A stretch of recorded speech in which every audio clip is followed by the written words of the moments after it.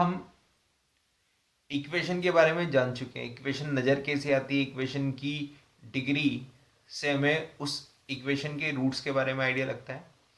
इतना मैं इक्वेशन के बारे में जान चुका हूँ। अब हम बेसिकली जो चैप्टर पढ़ रहे हैं इनइक्वेशन, तो इनइक्वेशन नज़र कैसे आती है, क्या इनइक्वेशन के रूट भी उसकी डिग्री देखकर बताए जाते हैं, इसके बारे में थोड़ी सी हम चर्चा कर लेते हैं।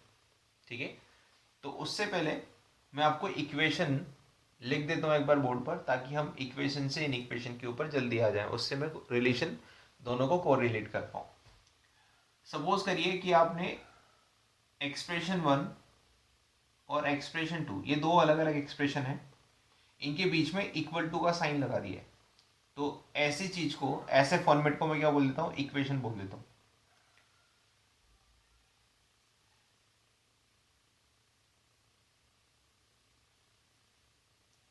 अगर इसी फॉर्मेट में मैं इक्वल टू साइन को रिमूव करके, ध्यान से सुना, इसी फॉर्मेट में दो एक्सप्रेशन के बीच में अगर मैं इक्वल टू साइन के प्लेसेस पर इन चारों में से कोई एक सिंबल लगा देता हूँ, मोर देन या ग्रेटर देन, लेस देन और इक्वल टू, लेस देन और इक्वल टू, इन चारों में से कोई भी एक सिंबल अगर दो एक्सप्रेशन के बीच में लगा दिया जाए, तो ऐसी फॉर्मेट को मैं इनइक्वेशन बोल देता हूँ। ऐसे फॉर्मेट को मैं क्या बोल देता हूँ, इनइक्वेशन बोल देता हूँ। मतलब मैंने क्या कहा उसको मैं आपको एक बार मैथमेटिकली फॉर्म में लिखकर बता देता हूँ। कोई भी चारों में से एक सिंबल आना चाहिए भाई, ठीक है ना। और मैंने पढ़ने का तरीका भी आपको आराम से बोला है, तो आप वीडियो को पॉज करके आप आराम से सुन सकते हैं कि मैंने किस चीज़, किस सिंबल को कैसे पढ़ा है। इसमें जो भी वर्ड्स आ रहे हैं वो धीरे धीरे मैं आपको बता दूंगा कि उनका यूज़ क्या है। तो मैं एक एग्जांपल लेना चाह रहा हूँ, इनइक्वेशन नज़र कैसे आती है। उससे पहले मैं एक इक्वेशन लिखता हूँ, x+2, ये एक एक्सप्रेशन हो गया, और more than, sorry, equal to x², x+2 equal to x², ये एक इक्वेशन लिखी। अब यहाँ पर इस इक्वेशन को मैंने क्या बताया कि इक्वल टू वाले साइन को अगर मैं रिप्लेस कर दूंगा इन चारों से, तो मैं क्या लिख दूंगा, इनइक्वेशन लिख दूंगा। तो इस इक्वल टू वाले सिंबल को इन चारों में से किसी एक सिंबल से रिप्लेस कर देता हूँ। तो x+2 मोर देन x², इस तरह से मैंने इस इक्वल टू वाले सिंबल को किसी एक सिंबल से, चारों एक साथ नहीं लगा रहे, चारों में से एक सिंबल एट ए टाइम आएगा, तो कोई भी एक सिंबल लगाया, तो ये जो अब आपको नजर आ रही है, ये क्या नजर आ रही है, इनइक्वेशन। तो यहां से हम ये तो पहचान गए कि इनइक्वेशन नजर कैसे आती है। कैसी नजर आती हुई, उसको फिर से मैं लिख देता हूँ। दो एक्सप्रेशन, कोई भी दो एक्सप्रेशन, ठीक है ना। इस एक्सप्रेशन 2 की जगह आप 0 x कुछ भी ले सकते हो, और इन दोनों एक्सप्रेशन के बीच में चारों में से कोई एक साइन, अभी मैंने ये वाला साइन ले लिया, वहां पर वो वाला साइन ले लिया, अगर मैं लगा दूंगा तो ये इनइक्वेशन बोली जाएगी। अब दूसरे सवाल भी उठते हैं इतना पढ़ने के बाद कि भाई इक्वेशन में तो चलो आपने बोला कि इक्वेशन का फॉर्मेट इक्वल टू लगा दो तो इक्वेशन बन जाती है, फिर आपने ये बताया कि इक्वेशन के रूट उसकी डिग्री के बराबर होते हैं, तो क्या ये बात यहाँ पर भी सही है क्या, इन इक्वेशन के रूट उसकी डिग्री के बराबर होंगे क्या? बिल्कुल, ये बात यहाँ पर गलत है, ठीक है ना, ये बात यहाँ पर गलत है। किसी भी इन इक्वेशन के रूट उसकी डिग्री के बराबर नहीं होते। अगर मैं इन इक्वेशन के रूट, किसी भी इन इक्वेशन के रूट उसकी डिग्री के बराबर नहीं होते, अगर मैं इन इक्वेशन के रूट निकालना चाहता हूँ, तो मुझे इन इक्वेशन के स्टेटमेंट को पढ़ना पड़ेगा भाई, उसको मुझे पढ़ना पड़ेगा, पढ़कर ही आंसर दे सकता हूँ। क्या स्टेटमेंट पढ़ना क्यों पड़ेगा, क्योंकि स्टेटमेंट को देखना पड़ेगा कि स्टेटमेंट सही है, गलत है, या कितने आंसर दे सकता है, ये मुझे देखना पड़ेगा। तो यहाँ पर अपने माइंड में ये चीज़ बिठा लो कि इन इक्वेशन के जो रूट्स होते हैं वो उसकी डिग्री से कोई लेना देना नहीं रखते। डिग्री भले 1 हो, डिग्री भले 5 हो, डिग्री भले 2 हो, कुछ भी हो। जैसे कि इस एक्सप्रेशन को मैं क्वाड्रेटिक एक्सप्रेशन बोलूँगा ना, क्वाड्रेटिक इनइक्वेशन बोलूँगा, तो क्वाड्रेटिक इनइक्वेशन के रूट 2 आएंगे, ऐसा नहीं कह सकते, ठीक है ना, ये पढ़ने पर पता लगेगा। मैं यहाँ पर कुछ छोटी छोटी इनइक्वेशन लिखता हूँ जो आप पढ़कर आंसर दे सकते हैं, ठीक है ना, आपको पता लगेगा कि ये स्टेटमेंट सही है या गलत है। देखिए, आप ये तो जानते ही हैं कि किसी भी नंबर की पावर अगर इवन हो जाए तो उस नंबर का आंसर हमेशा पॉजिटिव आने वाला है। ठीक है, यहाँ पर मैं चर्चा करता हूँ उनके बारे में। अगर मैंने x का स्क्वायर लिखा है तो इस x के स्क्वायर या x की पावर 2 होने से इस एक्सप्रेशन की वैल्यू कभी भी नेगेटिव नहीं आएगी। नेगेटिव का मतलब लेस देन जीरो नहीं आएगी, ठीक है ना, हमेशा पॉजिटिव आएगी। पॉजिटिव का मतलब क्या बोलता हूँ मैं, पॉजिटिव का मतलब समझता हूँ ग्रेटर देन जीरो। लेकिन पॉजिटिव के साथ में इस एक्सप्रेशन की वैल्यू जीरो भी हो सकती है। जीरो कब होगी, जब एक्स की वैल्यू जीरो आ जाएगी। जीरो अगर एक्स की वैल्यू रखूंगा तो जीरो का स्क्वायर जीरो रहेगा, अगर मैं -1 रखूंगा तो -1 का स्क्वायर 1 आ जाएगा। इसका मतलब वो अभी भी पॉजिटिव आ रहा है। इसका मतलब एक्स स्क्वायर हमेशा क्या होता है, ग्रेटर देन और इक्वल टू जीरो। या तो ये हमेशा पॉजिटिव आएगा या इक्वल टू जीरो आएगा। तो उन दोनों स्टेटमेंट को मर्ज करने के लिए मैंने इस सिंबल का यूज लिया है। और इस स्टेटमेंट को कैसे रीड किया है, x square greater than zero होगा या फिर x square equal to zero होगा। दो ही बातें हो सकती है, नेगेटिव वाली बात एक्स स्क्वायर के लिए हो ही नहीं सकती। तो कोई भी एक्सप्रेशन अगर उसकी पावर इवन लगा दी जाए तो वो चीज़ हमेशा क्या हो जाती है भाई, पॉजिटिव हो जाती है या फिर जीरो हो जाती है। अगर बेस जीरो होगा तो तभी वो जीरो हो सकती है। तो यहां पर हम ये बात कर रहे थे कि किसी एक्सप्रेशन की पावर अगर इवन हो जाती है तो वो हमेशा पॉजिटिव या जीरो वैल्यू देती है। इसका मतलब अगर मैं इस स्टेटमेंट को ऐसा लिखता हूं तो ये आंसर सही बोला जाएगा, रीड करने में भी अच्छा लग रहा है कि x square greater than zero होता है और इक्वल टू जीरो भी होता है। हाँ बिल्कुल सही बात है, तो इस स्टेटमेंट को मैं सही बोलूँगा, ठीक है ना। इसका मतलब इस स्टेटमेंट में या इस एक्स की वैल्यू पर मैंने अगर सोचने के लिए बोला तो एक्स की वैल्यू आपने बहुत सारी सोची, -1 भी सोची, 1 भी सोची, 0 भी सोची, 2 भी सोची। आपने बहुत सारी वैल्यू यहाँ पर डाल कर देखी, हाफ भी डाल के देखी, √2 भी डाल कर देखी। तो आपको हर बार ऐसा फील हुआ कि जब भी कोई रियल वैल्यू आपने एक्स की जगह डाला तो ये स्टेटमेंट हमेशा सही आ रहा है। इसका मतलब इस इनिक्वेशन के इनफाइनाइट मेनी सॉल्यूशन आ रहे हैं। इसका मतलब डिग्री 2 होने के बाद भी इस इनिक्वेशन के आप 2 से ज़्यादा सॉल्यूशन सोच पा रहे हो। तो हो गया ना कि डिग्री के बराबर इस इनिक्वेशन के रूट्स नहीं होते। तो रूट्स किस तरह से होते हैं, ये स्टेटमेंट के ऊपर डिपेंड करता है। कभी हो सकता है किसी इनिक्वेशन के डिग्री 2 होने पर भी आंसर नहीं आए, हो सकता है 2 ही आंसर आए, हो सकता है इनफाइनाइट में नहीं आंसर आ जाए। तो ये डिपेंड करता है कि स्टेटमेंट के ऊपर कि स्टेटमेंट कैसे लिखा जाता है, कैसा दिखता है। मैं एक और एग्जांपल लेता हूँ, x+1 मोर देन जीरो। ये क्या बोल रहा है, ऐसे ही x की वैल्यू निकालो। यहाँ पर बाय डिफॉल्ट अपने आप आपको समझना पड़ेगा कि इस स्टेटमेंट का मतलब क्या है। ये मांगना चाहता है x की वैल्यू, क्योंकि जो भी इक्वेशन लिखी है अगर वो x में लिखी है तो x की वैल्यू के लिए डिमांड कर रही है, अगर y में लिखी है तो y की वैल्यू के लिए डिमांड कर रही है। तो ये इनिक्वेशन क्यों बोल रहा हूँ, क्योंकि ये वाला सिंबल आ रहा है और दो एक्सप्रेशन, कोई भी दो एक्सप्रेशन यहाँ पर लिखे हैं, इसलिए इसको इनिक्वेशन बोल रहा हूँ। तो ये इनिक्वेशन x की वैल्यू के लिए डिमांड कर रही है कि बताओ मेरे को कौन सी x की वैल्यू सेटिस्फाई करेगी भाई। तो x+1 मोर देन जीरो, इसको सोल्व कर लेते हैं, काफ़ी आसान है, पता लग जाएगा कि x की वैल्यू किस तरह से और क्या क्या वैल्यू आएगी, ठीक है ना।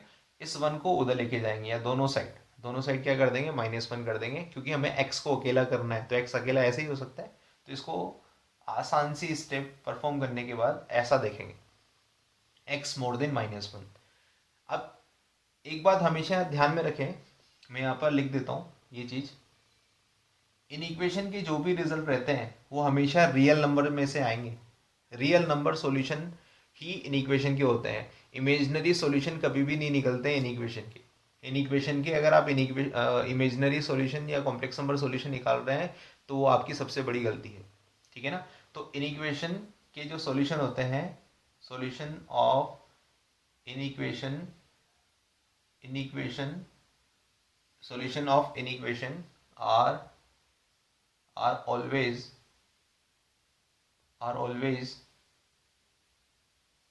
belongs to real number। जो भी सॉल्यूशन आएगा, जो भी हमें x के बारे में सोचना है, ध्यान से सुनना, जो भी x हमें यहाँ पर सोचना पड़ेगा वो हमें केवल रियल नंबर में से ही सोचना पड़ेगा। मतलब यहाँ पर मैं x के बारे में सोल्व करने के बाद, जैसे इस स्टेटमेंट को मैंने सोल्व कर लिया है, क्या लिख दिया है, x मोर देन -1। तो x की वैल्यू -1 से ज़्यादा होगी, जो भी ज़्यादा वैल्यू होगी -1 से वो इस इनिक्वेशन को सेटिस्फाई करेगी। तो -1 से वैल्यू आप सोचो, -12, 0, 1, √2, 3 पाई ई, जो भी आप नंबर बोलोगे जो -1 से आपको बड़ा लगता है वो इस इनिक्वेशन को सेटिस्फाई करता हुआ दिखेगा। आप देखो ना, यहाँ अगर मैं x की वैल्यू पाई रख देता हूँ तो पाई -1 से बड़ा होता है, हाँ भाई सही बात है। √2 -1 से बड़ा होता है, हाँ भाई सही बात है। -12 मोर देन -1 होता है, हाँ भाई सही बात है। इसका मतलब वो सारे रियल नंबर जो -1 से बड़े हैं वो सब इस इनिक्वेशन के आंसर है। तो आप देखो ना, इसकी डिग्री तो 1 ही आ रही थी, इस एक्सप्रेशन की डिग्री कितनी आ रही थी 1। तो ये क्या है, लीनियर इनिक्वेशन थी, लीनियर इनिक्वेशन। मैं बोलूँगा इनिक्वेशन का नाम तो वैसे ही दूंगा डिग्री पहचान कर, लेकिन लीनियर इक्वेशन के आंसर बहुत सारे आ रहे हैं। ये कैसे पता लग रहा है, इस स्टेटमेंट को पढ़ने पर पता लग रहा है, समझने पर पता लग रहा है कि -1 से ज़्यादा वैल्यू मांग रहा है ये। इसी तरह से अगर मैं आपको थोड़े बहुत और एग्जांपल दिखाऊं कि डिग्री से कोई लेना देना नहीं होता है इन इक्वेशन का, तो कुछ एग्जांपल मैं यहाँ पर लिख देता हूँ। मैं एक्स स्क्वायर को बता चुका हूँ, या कोई भी एक्सप्रेशन जिसकी पावर इवन हो वो हमेशा पॉजिटिव होता है, उसके बारे में मैं चर्चा कर चुका हूँ। इसीलिए मैं एक्स स्क्वायर से रिलेटेड एग्जाम्पल ले रहा हूँ हाल फिलहाल समझने के लिए, बाकी धीरे धीरे हम हमारा लेवल बढ़ाते रहेंगे। तो x square more than zero, पहला स्टेटमेंट। तो x square more than zero, हाँ सही बात है, एक्स स्क्वायर तो मोर देन जीरो ही होता है भाई, एक्स स्क्वायर हमेशा पॉजिटिव होता है। लेकिन एक्स स्क्वायर जीरो भी होता है कहीं ना कहीं, तो एक वैल्यू ऐसी होती है जहां पर वो जीरो होता है, तो जीरो नहीं मांग रहा है, इसका मतलब वो आंसर नहीं लेना है जहां पर ये जीरो होता है। तो एक्स इक्वल टू जीरो अगर मैं यहाँ रखूंगा तो जीरो का स्क्वायर जीरो आ जाएगा, और जीरो मोर देन जीरो नहीं होता है, इसका मतलब x equal to zero answer में से गायब करना है। और ऐसे सारे नंबर जो इसको पॉजिटिव बनाने से रोक रहे हो वो सारे नंबर भी यहाँ से गायब कर रहे हो करने हैं। तो आपने जितने भी रियल नंबर थे सब सोचे, मन में विचार कर रहे हो, आप अभी हाल फिलहाल सोच रहे हो, कैलकुलेशन कुछ नहीं कर रहे हो। आपने -1 रखा, आपको लगा यार नेगेटिव नंबर का स्क्वायर तो पॉजिटिव होता है, तो पॉजिटिव तो है, मांग ही रहा है, पॉजिटिव आना चाहिए आंसर, तो पॉजिटिव आ रहा है, इसका मतलब -1 आंसर में से नहीं हटेगा।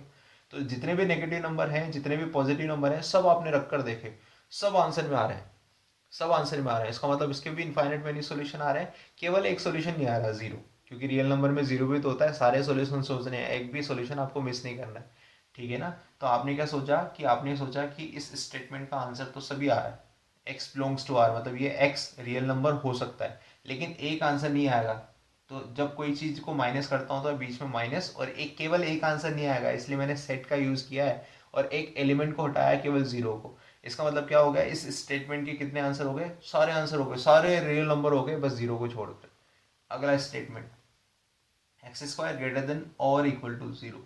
अब वो बोल रहा है या तो पॉजिटिव आना चाहिए या इक्वल टू जीरो आना चाहिए, तो ये पॉजिटिव और इक्वल टू जीरो हमेशा होता है। मैंने बताया आपको कोई भी वैल्यू रखो, क्योंकि देखो पॉजिटिव तो सब जगह हो रहा है, बस जीरो पर ही तो नहीं हो रहा था पॉजिटिव। जीरो पॉजिटिव नहीं होता, नेगेटिव नहीं होता, इसके बारे में हम चर्चा कर चुके हैं हमारे पुराने लेक्चर्स में, ठीक है। अब ये जीरो भी मांग रहा है, पॉजिटिव के साथ में जीरो भी मांग रहा है, तो आप कोई भी वैल्यू रखो इस स्टेटमेंट में, कोई भी वैल्यू रखो इस इनिक्वेशन में, कोई भी वैल्यू रखो, हमेशा आपका आंसर आएगा, सही आएगा। मतलब यहाँ पर सारे रियल नंबर आपके आंसर हो गए, यहाँ पर केवल एक रियल नंबर छूटा था, बाकी सारे आंसर हो गए। X square less than zero, तीसरा क्वेश्चन है। इसी चीज को लेते हुए तीन क्वेश्चन मैंने बनाया अभी तक, ठीक है ना। X square less than zero, तो क्या x square less than zero होता है, सोचो, स्टेटमेंट पढ़ो, क्योंकि स्टेटमेंट पढ़ने पर ही इन इक्वेशन के आंसर आते हैं। एक्स स्क्वायर का मतलब होता है ऐसी क्वांटिटी जो हमेशा पॉजिटिव होती है, और हमेशा positive quantity less than zero, ये क्या पूछ लिया, एक्स स्क्वायर तो लेस देन जीरो होता नहीं कभी भी। इसका मतलब ये स्टेटमेंट गलत लिखा है, ये हमसे जो आंसर मांग रहा है वो वास्तव में आंसर है ही नहीं, मतलब यहाँ पर कोई भी रियल नंबर इसको सेटिस्फाई नहीं कर रहा है। तो जब कोई भी चीज किसी इक्वेशन को सेटिस्फाई नहीं करती, ध्यान से सुनना, जब कोई भी चीज, अगर मैं एक्स में बात कर रहा हूँ, वेरिएबल एक्स में, तो एक्स बिलोंग्स टू करके लिखूंगा, वाई में बात कर रहा हूँ तो वाई में वाई बिलोंग्स टू करके लिखूंगा। अगर कोई भी इक्वेशन को कोई भी चीज सेटिस्फाई नहीं कर रही है, तो हमारा आंसर किस तरह से लिखा जाता है, एक्स बिलोंग्स टू फाई करके लिखा जाता है।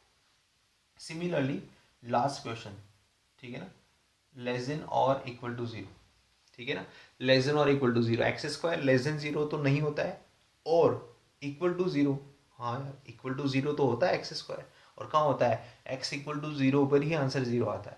इसका मतलब मैंने इस स्टेटमेंट में थोड़ा फोकस किया और लेस देन जीरो और इक्वल टू जीरो पर विचार किया। लेस देन जीरो तो नहीं होता है, लेकिन हाँ अगर मैं एक्स की वैल्यू जीरो यहाँ रख दूँ तो ये दोनों साइड बराबर हो जाएगी, ये इनिक्वेशन सही हो जाएगी। तो केवल और केवल इसका यूनिक आंसर आता है, एक आंसर आता है यूनिक आंसर, वो क्या आएगा, जीरो। जीरो ही एक ऐसा नंबर है जो इसको सेटिस्फाई करता है। तो इसको मैं कैसे लिख सकता हूँ, इस तरह से। देखो यूनिक आंसर आया, इसलिए आप या तो x इक्वल टू जीरो लिख सकते हो या सेट बनाएंगे, क्योंकि मैंने आपको बताया कि जब आप सेट सेट कब बनाते हैं, सेट तब बनाते हैं जब आपके पास लिमिटेड नंबर हो, लिमिटेड नंबर हो। तो x का केवल एक आंसर आया तो आपने एक सेट बनाकर लिखा जीरो, तो ये x बिलोंग्स टू करता है जीरो से, मतलब ऐसे सेट में जिसमें जीरो रहता है केवल। तो केवल यूनिक आंसर है इसका x equal to zero.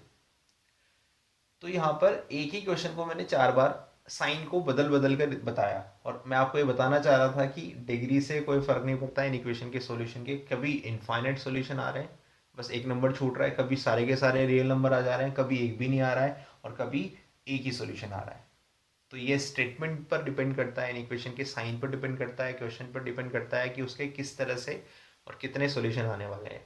Quadratic inequation, quadratic किसको बोलेंगे, वो क्वाड्रेटिक तो हमने देखा ही है, बस उसके आगे अगर ये चारों में से कोई एक साइन लगा है तो क्वाड्रेटिक इनिक्वेशन है। लीनियर किसे बोलेंगे, लीनियर के आगे अगर ये चारों में से कोई एक साइन लगा है तो उसको लीनियर इक्वेशन, लीनियर इनिक्वेशन बोल देंगे। क्यूबिक इनिक्वेशन अब आप समझ ही गए होंगे, और बाइक्वाड्रेटिक इनिक्वेशन आप समझ ही गए होंगे। तो इनिक्वेशन के डिफरेंट डिफरेंट टाइप्स हैं। अब हो सकता है मैंने यहाँ पर बहुत सारी चीज़ें, जैसे ये सिंबल बोला है, तो इस सिंबल को मैं कभी मतलब किस तरह से पढ़ रहा था कि एक्स स्क्वायर मोर देन और इक्वल टू जीरो, तो इस स्टेटमेंट के बारे में आपको थोड़ा सा हो सकता है समझ में नहीं आया हो। तो इन चीज़ों के बारे में, इन सिंबल्स के बारे में और थोड़ा सा विचार कर लेते हैं। और कुछ यहाँ पर सिंबल, जैसे मैं और बोल रहा हूँ, एंड बोल रहा हूँ, तो उन सिंबल्स को भी यहाँ पर देख लेते हैं, ताकि हमें सारी चीज़ें बहुत अच्छे से क्लियर हो जाए। तो थोड़ा सा आगे बढ़ाते हैं इस लेक्चर को, और सिंबल्स के बारे में और ऑपरेशन के बारे में देख लेते हैं।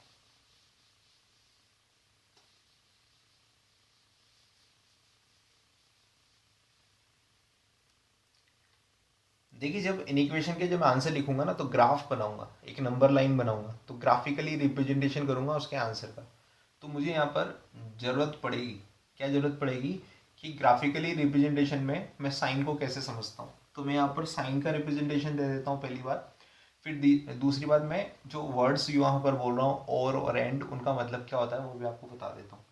जब कभी किसी भी रिजल्ट को अगर आप लिख रहे होंगे, इन इक्वेशन को सोल्व कर रहे होंगे, और आपको ये दो सिंबल टकराएंगे, इस तरह के या फिर इस तरह के, ठीक है, ग्रेटर देन और लेस देन, मतलब greater than and less than, दोनों सिंबल के बारे में बात कर रहा हूँ। और इससे जब आप ग्राफ बनाएंगे, ग्राफ बनाकर रिप्रेजेंटेशन करेंगे, तो इन दोनों सिंबल को देखने के बाद आपको नजर आना चाहिए ये, ठीक है ना। ग्राफिकली सॉल्यूशन जब आप लिखेंगे, तो इन दोनों, जब ये दोनों सिंबल किसी इक्वेशन में लिख रहे होंगे या लगे होंगे, और उस इक्वेशन का आंसर आप दे रहे होंगे, ग्राफ बनाकर दे रहे होंगे, तो इन दोनों सिंबल का मतलब क्या है, एक ब्लैंक सर्किल, ब्लैंक सर्किल या शेडेड लाइन। देखो शेडेड लाइन का मतलब क्या होता है, इस लाइन के ऊपर आने वाले नंबर्स हमें काउंट नहीं करने, हमें आंसर में नहीं लेने, ठीक है ना। तो इन दोनों नंबर्स या इन दोनों सिंबल्स का मतलब क्या है, कि इसके आगे जो नंबर लिखा है, आगे या पीछे जो नंबर लिखा है, उसको आंसर में नहीं लेना है, उसको आंसर में नहीं लेना है। जैसे मैं यहाँ पर लिख देता हूँ, अगर ऐसा लिखा है x मोर देन टू, तो x मोर देन टू क्या बता रहा है, कि टू नहीं लेना है भाई। अगर यहाँ टू लिखोगे तो टू मोर देन टू, क्या ये इक्वेशन सही है, क्या नहीं है। तो इसका मतलब ये बाउंड्री वैल्यू जो लिखी है ना टू, वो आंसर में काउंट नहीं करनी है। तो इस स्टेटमेंट ने ये बताया, इस सिंबल ने ये बताया कि x की वैल्यू टू नहीं आएगी, लेकिन टू के जस्ट बाद जितने भी नंबर आ रहे हैं वो सब आएगी। तो जिस नंबर को यहाँ लिखा है आगे या पीछे, उस नंबर के ऊपर आपको ये दो सिंबल लगाने हैं। इन दोनों सिंबल का मतलब क्या है, इंक्लूड नहीं करना है, उस नंबर को इंक्लूड नहीं करना है रिजल्ट में, रिजल्ट में वो आंसर नहीं आना चाहिए, ठीक है ना। वो जो मैं ग्राफ बनाऊंगा तो और डिटेल में आपको बता दूंगा, अभी हाल फिलहाल आप रिप्रेजेंटेशन समझे और सिंबॉलिक मतलब समझे, ठीक है। तो यहाँ पर इनका मतलब हो गया, ये हो गया ग्राफिकली। जब हम ग्राफ बनाएंगे तो सिंबल ऐसे यूज लेंगे, लेकिन जब आप आंसर में कन्वर्ट कर देंगे, जब आप इंटरवल फॉर्मेट में आंसर देंगे, तो इन दोनों सिंबल का मतलब क्या होता है, स्मॉल ब्रैकेट्स, या तो ऐसा ब्रैकेट आएगा या फिर ऐसा ब्रैकेट आएगा, छोटा या बड़ा ब्रैकेट, ठीक है ना, इधर से ओपन या इधर से क्लोज, ठीक है ना, समझ में आ गई बात। ये दोनों ब्रैकेट इन दोनों का मतलब होता है, ठीक है। वो जब क्वेश्चन करेंगे तब कौन सा ब्रैकेट कहाँ आएगा वो हम बता देंगे, लेकिन इन दोनों की वजह से यही ब्रैकेट आएंगे, इन दोनों की वजह से ये स्मॉल ब्रैकेट आएंगे हमेशा, ठीक है ना। तो आपको यहाँ पर समझ में आ गया, जैसे मैं नंबर भी लिख देता हूँ। अगर यहाँ कहीं पर ऐसे लिखा है ये स्मॉल ब्रैकेट और ये 2 लिखा है, इसका मतलब क्या है, ये 2 आंसर में इंक्लूड नहीं किया गया है, ठीक है ना। ये 2 आंसर में इंक्लूड नहीं किया गया। इसी के अबाउट में अगर मैं लिखूँ तो ये 2 आंसर में इंक्लूड नहीं करना है, तो मैं ऐसा ब्रैकेट लगाकर 2 लिख दूंगा। तो इसका मतलब क्या है, आंसर 2 से स्टार्ट हो रहा है, लेकिन 2 वास्तव में आंसर नहीं है। 2 से जैसे ही थोड़ा सा आगे जाऊंगा, क्योंकि 2 से थोड़ा सा ही जैसे आप आगे निकलोगे सारे रियल नंबर मिलेंगे, बहुत सारे रियल नंबर मिलेंगे। 2 से थोड़ा सा आगे किसके, थोड़ा सा आगे खिसकने का मतलब क्या है, 2.0000000 लाखों करोड़ों जीरो, और उसके बाद कहीं ना कहीं 1 आ जाए तो उस नंबर को इस 2 के आगे वाला नंबर बोल देते हैं। तो वो नंबर भी आंसर होगा, लेकिन 2 आंसर नहीं होगा, ठीक है। अगला, ये सिंबल या फिर ये सिंबल मोर देन और इक्वल टू या फिर एंड लेस देन और इक्वल टू, अगर इस तरह का सिंबल आ रहा है और इसको आप ग्राफिकली रिप्रेजेंटेशन में आप आंसर में शो करना चाहते हैं, ग्राफ बनाना चाहते हैं, तो आपको डार्क लाइन या डार्क सर्किल बनाना पड़ेगा। डार्क लाइन का मतलब क्या होता है, इस लाइन के ऊपर आने वाले जितने भी नंबर्स हैं वो सब आंसर हैं। डार्क सर्किल का मतलब भी सेम होता है। तो जितने भी नंबर आप इस लाइन के अबाउट या डार्क करके लिख रहे हो तो वो सब आंसर में लिए जाएंगे, ठीक है। अब अगर इंटरवल की बात आती है तो हो गई ग्राफ की बारी। तो ग्राफ जब बनाओगे तो आप डार्क सर्किल और डार्क लाइन बनाओगे। इसका मतलब जहाँ से मैंने ग्राफ स्टार्ट कर रखा है और उसके ऊपर मैंने लाइन डार्क बना रखी है, तो वो आंसर में आना चाहिए, उसको आप इंक्लूड करोगे, एक्सक्लूड नहीं करोगे, ठीक है। अब इनका इंटरवल रिप्रेजेंटेशन कैसा होगा, तो इनका इंटरवल रिप्रेजेंटेशन कैसा होगा, बिग ब्रैकेट, या तो ये वाला ब्रैकेट लगेगा या फिर ये वाला ब्रैकेट लगेगा। तो इसका मतलब अगर यहाँ पर 2 लिखा है, सपोज करते हैं ना, यहाँ 2 लिखा है, तो इस ब्रैकेट के आगे अगर 2 लिखा है, इसका मतलब उस इनिक्वेशन का आंसर 2 होगा। धन्यवाद दोस्तों, आशा करते हैं कि आपको हमारा वीडियो अच्छा लगा होगा। इसी तरह आपका प्यार बना रहे तो दोस्तों हमारे चैनल को लाइक और सब्सक्राइब करना ना भूलें। हमारे नए वीडियोस का नोटिफिकेशन प्राप्त करने के लिए बेल आइकन पर क्लिक ज़रूर करें। हो सके तो अपने दोस्तों में भी इसको शेयर करें। Thank you for watching.